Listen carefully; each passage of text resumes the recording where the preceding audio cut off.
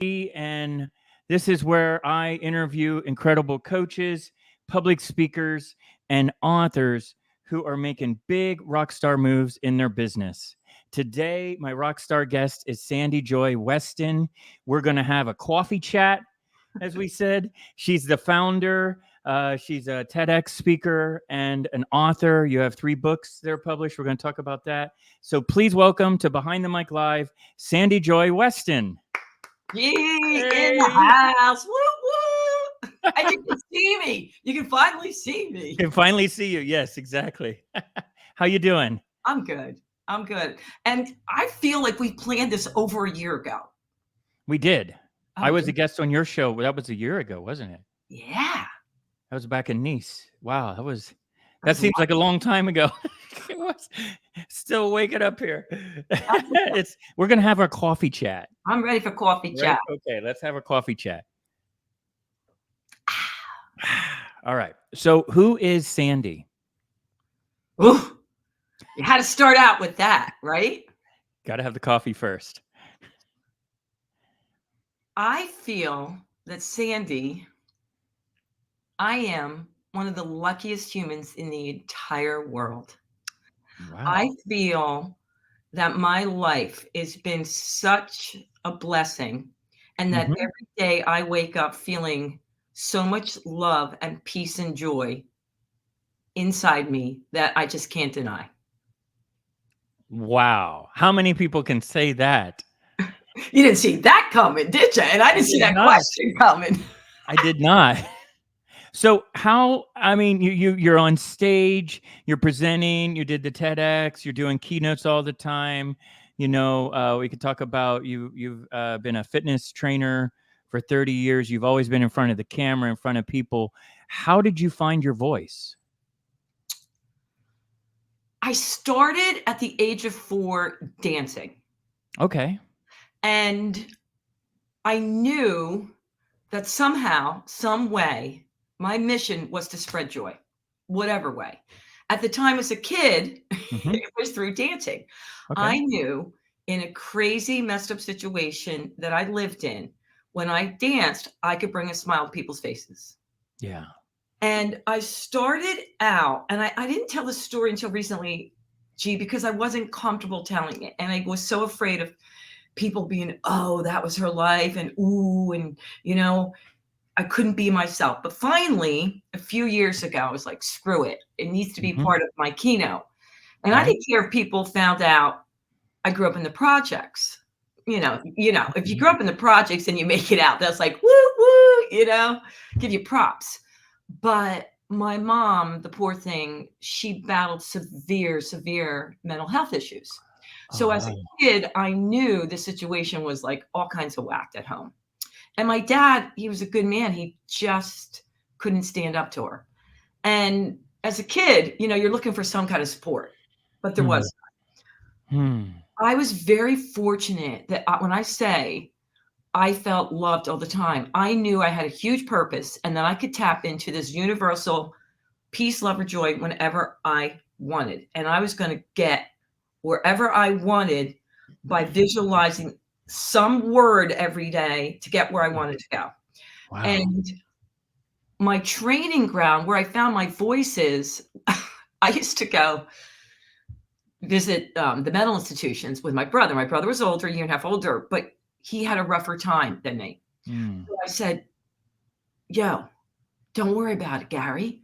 I'm going to act like a complete fool and get in trouble, and you'll like that. And he used to say, cool, cool, cool. And then plus Mom, she's going to make you a new pair of moccasins. You love her moccasins, right?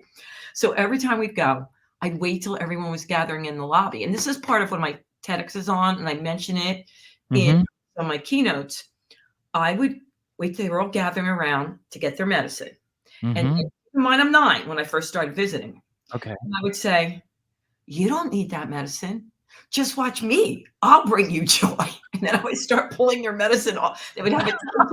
And I would go, you don't need that. You don't need that. Watch me. I'll bring you joy. And then I'd push the button on my little boom box I had, throw on my tap shoes, and dance away. Oh, wow. And I saw instantly faces. They were laughing. They were smiling. They were having a good old time. And for that moment, they forgot about their problems. And Oh, everyone, wow. seemed like it even the playing field.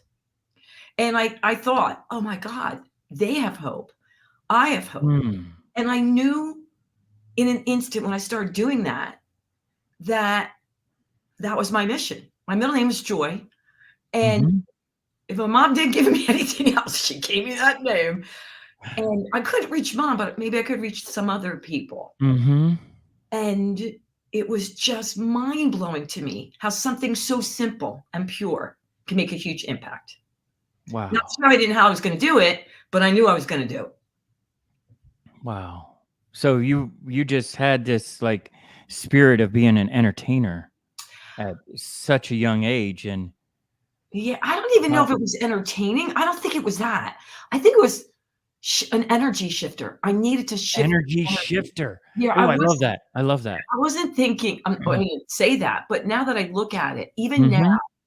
I do, my strength and my weakness is I want to shift the energy, like mayday, mayday, I don't like what's going on here. So I'll change the energy quickly. And I think at the time, I mean, in this dark place, I want to see if I Wow. can shift the energy. And to this day, that is my main goal. Even when I go to the local, Whole Foods, Trader Joe's, or whatever farmer's market, I have fun going and standing in line and trying to cheer up the most miserable human being there is. So when you're on stage, you get to impact more people and reach more Wow. people. So Wow. What yeah, a feeling when you can see the audience reaction change like instantly. instantly. Wow. So Yeah. out of all these amazing qualities that you have, what would you say is your number one rock star quality? That I can shift energy quickly. I can shift, that's my Mm. rock star quality, that I can go into any room, read the room so quickly. I can read a human, I can read a room, and I can shift that energy and bring it from wherever it is up. I think that would be the highest quality. Wow. Wow. Well, let's talk about your TEDx experience. What was it like preparing for it? A lot of our viewers on here are public speakers, and no matter how many times you go on stage, just like the bands I worked with, they still get nervous before they perform in front of crowds. What tips do you have for preparing? What was that experience like on the First TEDx? of all, it was magical and challenging at the same time. I mean, Okay. okay, you've Okay. been speaking your entire life, but now, Mm-hmm. okay, when you do your speaking engagements, you want to come up with your big idea. Mm-hmm. Take that and magnify it. Like, what do you want to get out to the world? What's the big idea in one thing? And then remember, you'll have a short period of time. And for my TEDx, uh, it was just a few months ago that I did it in Mm-hmm. April in Apex. I only had at the max 10 minutes. You had 8 to 10 minutes. So some are 16, some are 15. I had 8 or 10 minutes. The whole show, the whole set is 10 minutes 10 at minutes. max. And there were Oh, 12 wow. other speakers. So you never know. There could be Wow. 6 speakers, there could be 8 speakers. For this Wow. one, props to my curator, Arena Ferguson. She was awesome. There was 12 of us, and we Okay. each had 8 to 10 minutes, and I took all 10 minutes. And they had an amazing coach. So she Mhm. hired a coach that Mhm. helped us craft. So I already had my keynote, and I already had written a TEDx that was 10 minutes. But then, Mhm. oh my gosh, I turned it in. It had 29 corrections. Then I turned it in again. It had 18 corrections. And Oh he my just god. kept, it's great because he Wow. was trying to get the thread line. Right. What is it we're going after? Does the story keep pulling it forward? And for Right. me, I finally came up with the 3-minute shift. Mm. And it was using movement, words, and laughter. So it's a 3-minute shift using movement, words, and laughter. And all the techniques I teach and all the books and all the Mhm. it's all about, all it takes is 1 to 3 minutes a day to make a positive, powerful difference in your life. Mhm. So I wasn't sure if I wanted to go that way because I'm like, everyone knows I'm joyful and funny, but I want them to realize I know neuroscience. I know how the body works inside and out. And then I thought about it. Yeah, I have to have a little science in there, but being authentic to who I am and what is the gift I bring the world, the Right. gift is my energy. The gift is I show you things that are so simple that anyone can do in a minute a day to take your energy from here to here using movement, words, and laughter. So the whole thing, I had a bit to movement, words, and laughter. And I kept saying movement. Well, I had the audience involved. They knew movement. They had movement. They would shout out the word. I had them laughing. I mean, everyone was leaving knowing movement, words, and laughter, which is what you want. And that you don't have to make a big hairy deal out of things. You get to decide every single day how you want to show up in the world. And I think that's what I bring. And I was trying to think, what would I want to tell people about that experience to remember?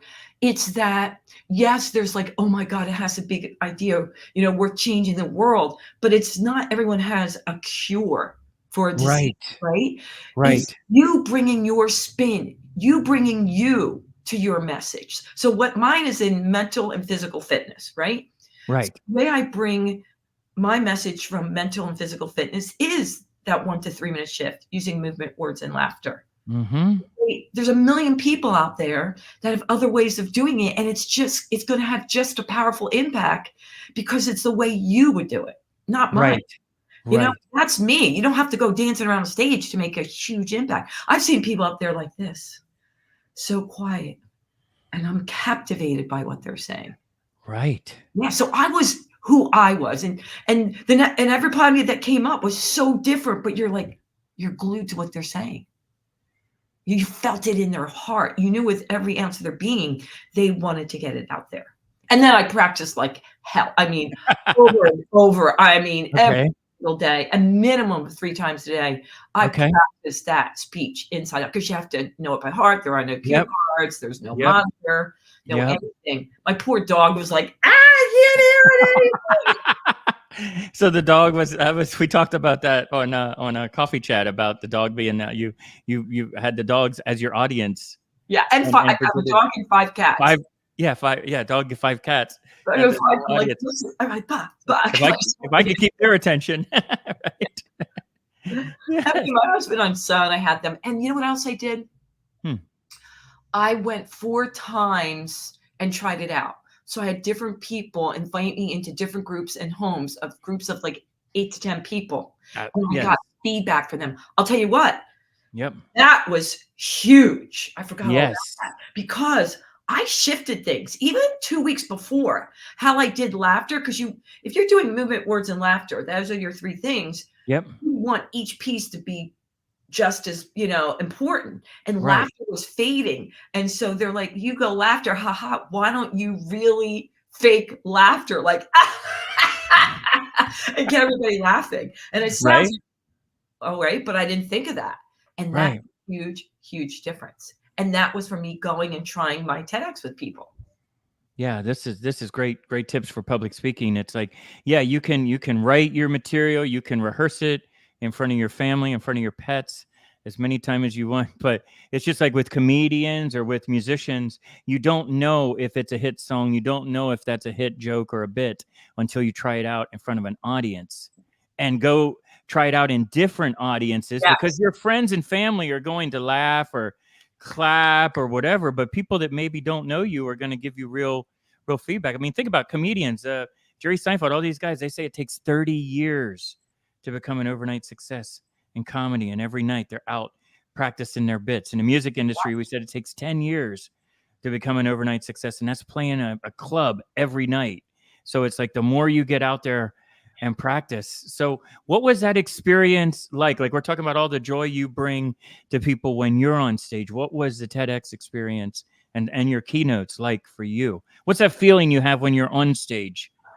Well, first of all, you asked me a question I didn't answer about was I nervous like before the TEDx? Yes. So while I was doing it like months before, I wasn't nervous. I was so excited, right? And I kept trying out for people. I even did a moth story time. I don't know if you know what moth story time is, where you get up and you do a 5-minute bit. I did the World Cafe because that was a bigger audience to see. Oh, World Cafe. Yeah, I played there. Yeah. To see different pieces of it. And I was having fun with it. And I was like, oh, I didn't even think that one was funny. So it was great. But a couple days before, 1 or 2 days before, when I was in Apex, because we got down there a little bit early, I started getting nervous, like, oh my gosh, is this powerful enough? Is this really a big idea? Am I, what am I getting? And I was like, well, I couldn't even speak. Okay. And then I get to Apex. I was in seat. I see, what do you call it? I don't even know what you call it, but there are certain seats that they put people to make sure that they're part of your family or part of your crew. Does that make, like, or in other words, so if this is your crew, yeah, they'll make sure, all these people are there for you. Like, you could have 50 people there. I mean, it sells out all the time. kind of like your VIP section. Yeah. So I went in there and I sat down, right before the performance, before the people were coming in. Mm-hmm. And I was like, wait a minute. All these speakers have so many people coming. I have my husband and a cousin. And I started going, oh my God, these people have their cheering crew, right? I have 1, 2 people, And I was like, oh my God, what am I going to do? What am I going to do? And then I was like, you know what, Weston, this is even going to be more powerful, because if they really love you, when they come up, they really love you, because they don't have to. You're not your family or friends, and you're just doing what you do. And then I went backstage, and this is so weird. As soon as I went backstage, and I was first, by the way. Oh, you're first. Oh, that's always the hardest. Oh, wow. I was first. Oh, wow. As soon as they call my name, this is always usually the case, I ran out there like, here I am, baby. And all of a sudden, everything calmed down. And I looked at the audience and I went, game on. And I knew, and that was it. Boom. That's awesome. I was in my zone. I knew it. That's awesome. I was engaging with the audience. It was great. But at first I was sitting there going, oh my God. Oh my God. The VIP side. I couldn't even think of VIP. I'm actually getting nervous, like I was there. I don't want to just breathe. Use your exercises that you teach people. Peace, love, and joy. And I was like, wait a minute. Do what you do. All right. So then I do my thing. I felt I nailed it. I come off stage and it's intermission. And no sooner I came out and people came up and flooded me. Nice. And it was like I said, they didn't have to. They weren't my friends and family. They didn't have to come up to me. And that was such a beautiful experience. People, Joe, I just wanted to tell you, you impacted me, and that was great, and that was awesome. There was even the ex-president of NSA was there, National Security Association. Okay. Yeah. He came up and I was talking to people and he goes, I just wanted to let you know, you nailed it. But I was like, wow. Wow. See, you got your fan club. Yes. No, but I mean, not that you wouldn't want family and friends. It just didn't work out for me. But it was awesome, knowing that I can make that impact, in such a short period of time, because you don't have long, and it goes to show you don't need long. Yeah. You don't need long. Yeah. Wow.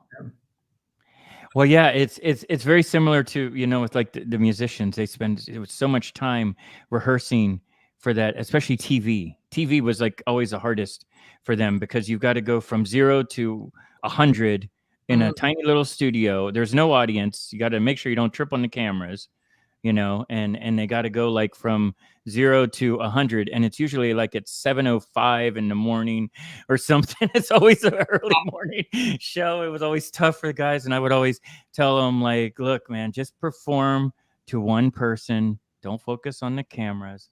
Don't worry about how many people are watching the show. Just have fun. And it's like you said, when you went out there, something happened, and all that negativity, whatever it was, all that just dropped like the curtain. So it was really like a symbolic, at the start of the show, we dropped the curtain. Well, now you pull it sideways, but you used to drop the curtain, and I'm here. It's showtime. Yeah. And that you did it. And the thing that was different that they wanted you to do, I don't know if all TEDx coaches want you to do, but they wanted you to do, they wanted you, after a certain beat, to look at a different person in the audience. So what, you know how normally, like you said, you focus in, you got your, Yes. it wasn't like that.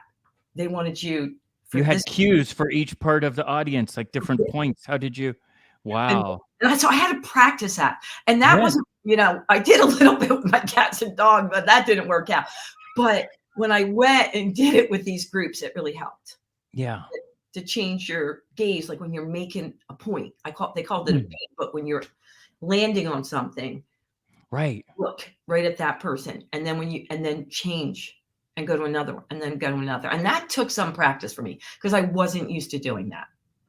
And that's where you can incorporate pause and questions, and then, you know, like, yeah, people don't realize what your favorite rock stars, pop stars on stage, a lot of that is choreographed. And I don't mean that they do everything every time, but we had coaches that would come in and teach them how to hold a microphone, how to walk on stage, how to look at the crowd, how to, you know, so it's like it's a lot of production that goes into, like, you did a lot of rehearsal for this 10-minute show. This A is lot. wow. And Yeah. then all the tools that you learn from that, now you take that into your keynotes. Let's talk about your keynotes, and I want to know more about your books and your coaching, and tell me, like, what did you learn from that you take into the keynote? Well, so I took a course called Okay. Public Speaking that really took my keynotes from here to here. And you and I were talking about that because I know you work with speakers. Mm-hmm. I cannot tell you how important it is, no matter where you are, to get coaching because Yeah. you can't really look at yourself, you know, and if you just like self-growth, if you want to really grow as a speaker, Mm-hmm. Mm-hmm. to have outside people who really know what you're doing work with you, not just on the writing, but on stage, it's magical. Yeah. For me, the biggest thing for me, I was comfortable on stage, so I didn't have to worry about that part. Mm-hmm. But what I didn't realize I didn't know, because I've been speaking for years, but, you know, just did my own thing. You know, no one, Right. never, ever, ever had anybody help me with writing or coaching. But when they added what you call beats or pauses and Yes. where you stand and where you look, it Yes. changed the whole Ev- thing. Yes. The whole freaking thing. I could take the same story and just by the way my voice went up, went down, paused, where I was standing on the stage, I had Cadence. Yep. no freaking clue. So I learned Yep. so much. Yep. And then when I went back out there after COVID and started doing it with bigger audiences, Mm-hmm. I was like, hoochie mama, it really matters.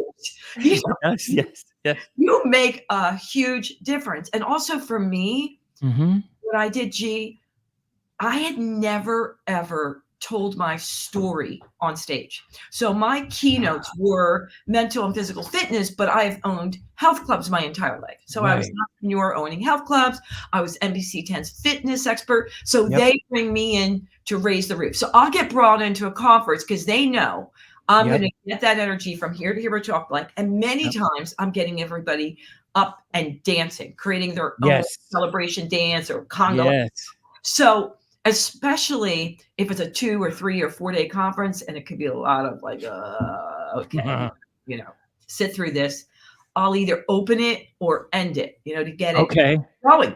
But it Yeah. still wasn't with my story. And I was thinking, how am I going to do it? And that's where I learned how to craft my story to make a huge impact with Mm-hmm. physical fitness, especially with the mental, you make them laugh, you make them Mm-hmm. cry, you know, you make them question, Yes. and then how do you pull them out? And that took a while to get because I was like, no, I don't want to make them sad at all. I'm not that girl. I'm joy, joy, joy. But then I realized by doing that journey, I even, Yes. you know, brought them more pure joy and laughter. Yes. It's similar to think of your favorite concert, rock, pop, country. They Yeah. always start out, a lot of times it starts out with high energy, you know, and then in the middle, it always has a moment where it gets into like the acoustic part. Maybe they go out to the center of the catwalk or something, and the audience, because it's taking the audience, what you're doing speaking, you're taking the audience on a journey.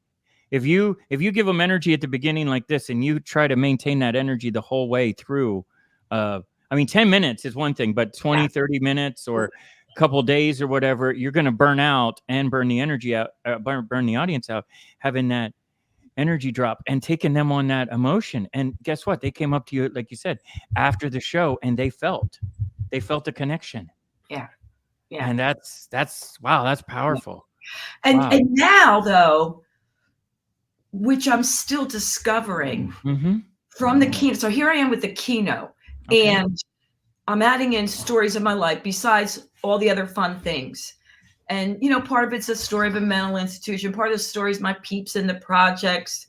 Wow. Yeah. And mixed in with real techniques and tools that they can apply to their life.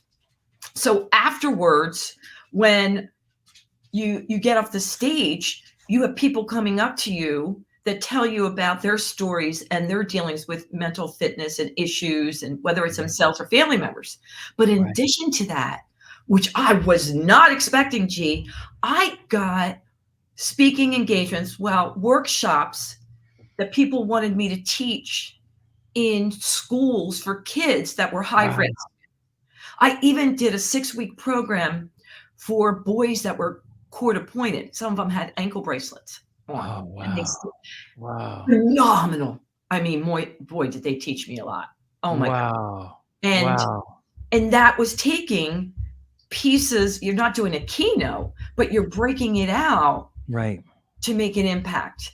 And then I did another one for high school kids from all over the Philadelphia area. They get busted once a week, who come from rough backgrounds, but they want to make something of their lives. They don't know if they want to go to college, but they might consider entrepreneurship. So they brought me in to teach entrepreneurship. Well, if I never did that keynote about going from the projects and my mom being in a mental institution, they would have never known. And everyone just assumed she grew up with great parents. They had a lot of money and, they were pippy skippy. They're the background. Now they're like, wait a minute, will you come in and talk to kids? And at first I was like, you sure? Me? I'm going to make an impact. I go, I'm telling you will. And it was scary. It was way more scary than being up on stage because I really wanted to make a difference. I mean, and it was wonderful, and I've done it a few years now, and it's great. And so here I am not realizing that's a piece of my keynote, as well as I'll get brought into a corporation when morale's down, when there's too much anxiety, when they're feeling overwhelmed, to teach a different type of workshop. Or one of the companies brought me in recently because morale was down, because now they have to be back 4 days a week in the office versus 2.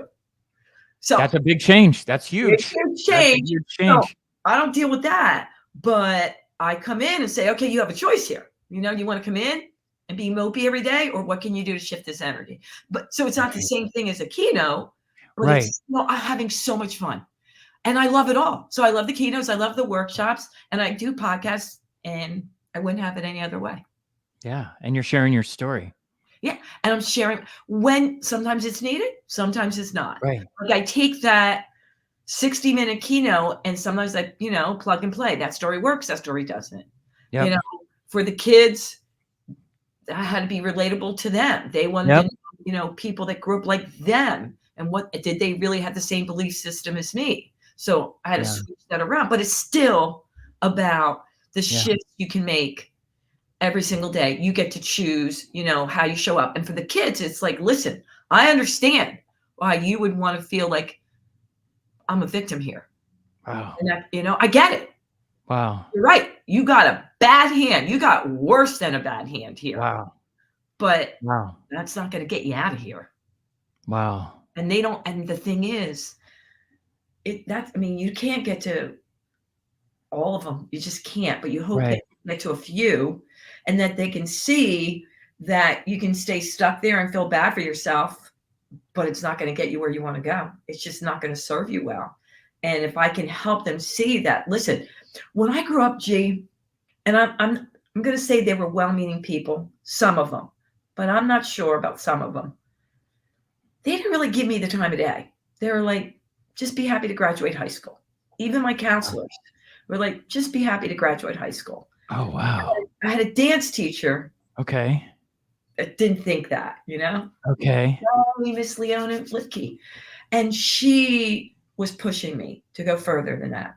And my gang, my peeps in the projects, my crew, Your crew. they were counting on me. Yeah.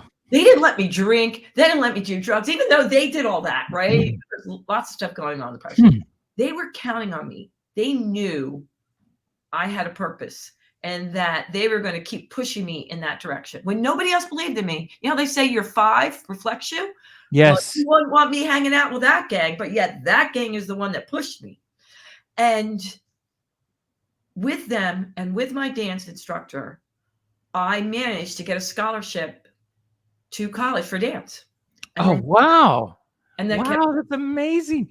Think going. about this. This journey started when you were young, dancing, and then all this and all the circumstances that you came from and situations you had to deal with. And then, oh wow, so you get the scholarship, you go to college on dancing, and then how did this I sucked. I was horrible. No, okay, wait a minute. Let's back up. In my little town, I was really great. I mean, I was phenomenal, you know? All right. When I went to Montclair College, which was 20 minutes from New York City, okay, the dancers would come in after a night of partying, smoking cigarettes, and here I am, you know, going early, practicing 12 hours a day. And they just would blow me away. Blow me away. Now, the reason part of it was back then, you had to be able to do everything. And at the time, I didn't know what it was. I just thought I didn't have a turnout and I didn't have high kicks. I was born with hip dysplasia. Your hips are turned really far in. So I couldn't go up high. So yes, I was great at tap and I was jazz and hip hop, but then it wasn't enough. I didn't think so because I couldn't do a lot of the classes. I just wasn't, and they would try to stretch my legs and these things. No one knew. They just thought, you know, it eventually comes. They didn't realize you had the hip dysplasia? Nobody. They didn't. No. Oh man. Nobody knew. Nobody knew. Nobody said anything. I didn't even find out till I was in my 40s. Wow. They didn't even test for that. I'd go to yoga and they would say, oh, you know, you must not have released your mother from the pain. I'm like, okay, I'll go with that. That's why my hips so tight. But anywho, I took a year off for multiple reasons and discovered that, okay, I don't want to give up dance, but how can I do it? And I ended up, after a year of waitressing and pumping gas, I ended up at Westchester University, and the dance was inside the health and phys ed department. And I loved it because now we were learning how the body and mind connects and the science of everything. Right. The science. And that fascinated me with dance. And then from there, you have to do an internship.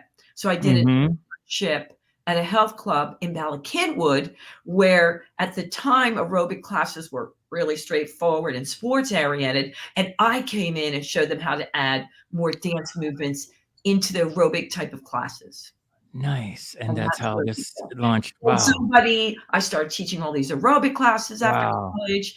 And some of the members were like, will you train me in my home? And at the time there weren't in-home trainers. I said, okie dokie. If you're going to pay me that kind of money, I'll come into your home. So I started training the who's who of Philly. Yep. While I was doing that, and I was still teaching my classes, then I ended up managing the aerobics program, and then I started corporate sales, and then I managed their pro shop. And then one day I said, ooh, I'm only one person. I can't train all those people. So I started an in-home training company called Specially Fit. And I put 15 trainers into people's homes, and that was awesome. And then from there, one of my clients, Ed Snyder, who owned the Flyers at the time, said, you should open a health club. Nice. I said, nice. I thought of myself as a business person. I mean, here I am thinking, I'm just, going to teach dance at a dance school and be extremely happy. But one thing led to another. Next thing I knew, I was good at business. And next thing I knew, I had one health club, another health club, and another health club. Nice. See, it's you tapped into your passion. Yeah. Your passion of dance and movement, making people laugh. It's all about joy, G. It's my passion for, I mean, think about it. From a kid, I knew my mission was to spread joy. It Wow. didn't matter what the vehicle. It ended up, my vehicle besides Wow. dance was health clubs. And the Wow. thing that everyone saw in me that I didn't see, I was just showing up as me, is I didn't care who they were. I didn't care what they accomplished. Right. I just was there for them and them getting results. So I wasn't trying to get something from these people. So when I went into help train them, come hell or high water, what'd you hire me for? Okay. And there was no way. Like if you didn't even show up, wake up, I'm banging on your door until you wake up. I mean, I didn't want, some of them would tape the money to the door. I'm like, I don't want your money.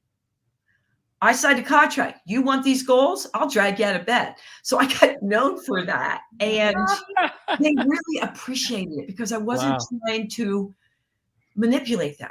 Right. I wasn't trying to see where I could go. I wasn't trying to climb the corporate ladder. I didn't care. I just wanted to show up with pure joy and serve them and get them where they wanted to go. And that for them was refreshing. And that was my secret sauce.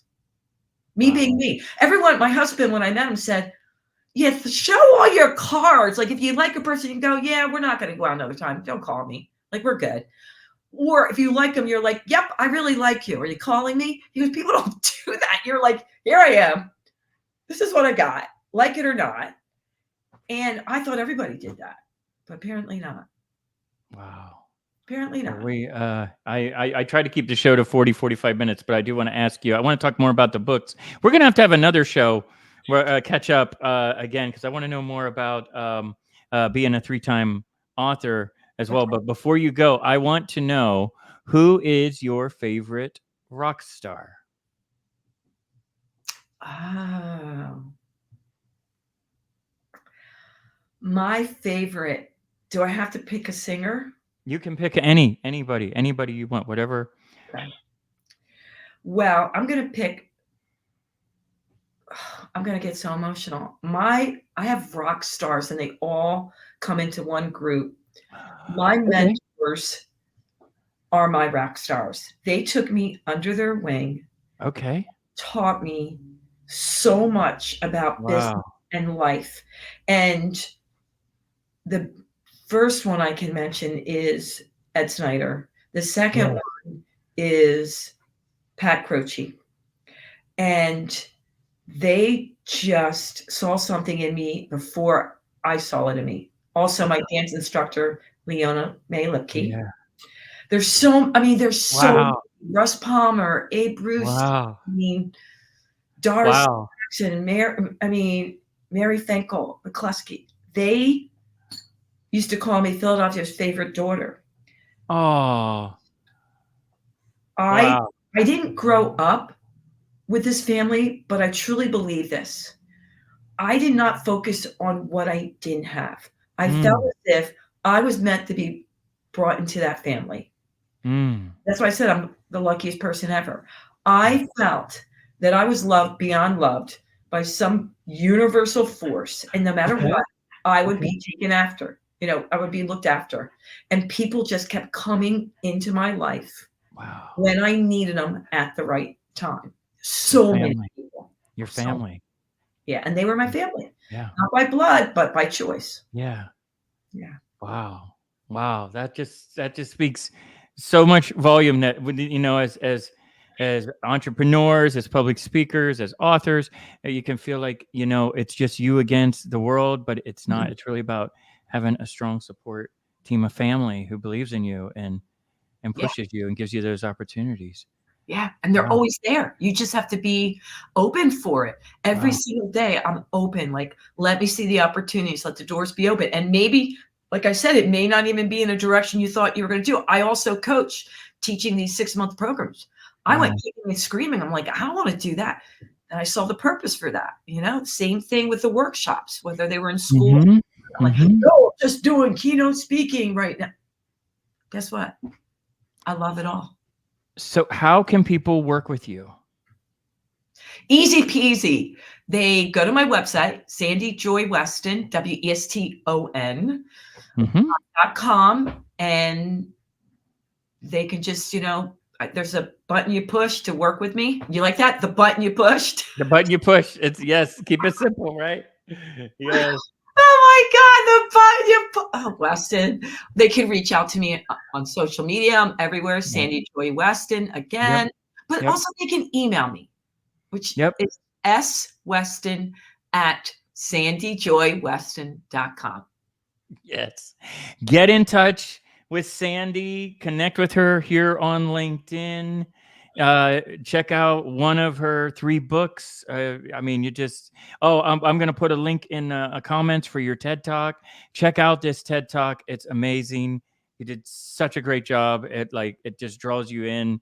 So yeah, thank you again for being a guest today. I always enjoy our chats. I can't wait. We're going to have to connect offline and talk more about, I have more questions about your speaking engagements that we didn't get to today. But everybody, be sure to connect with Sandy Joy Weston.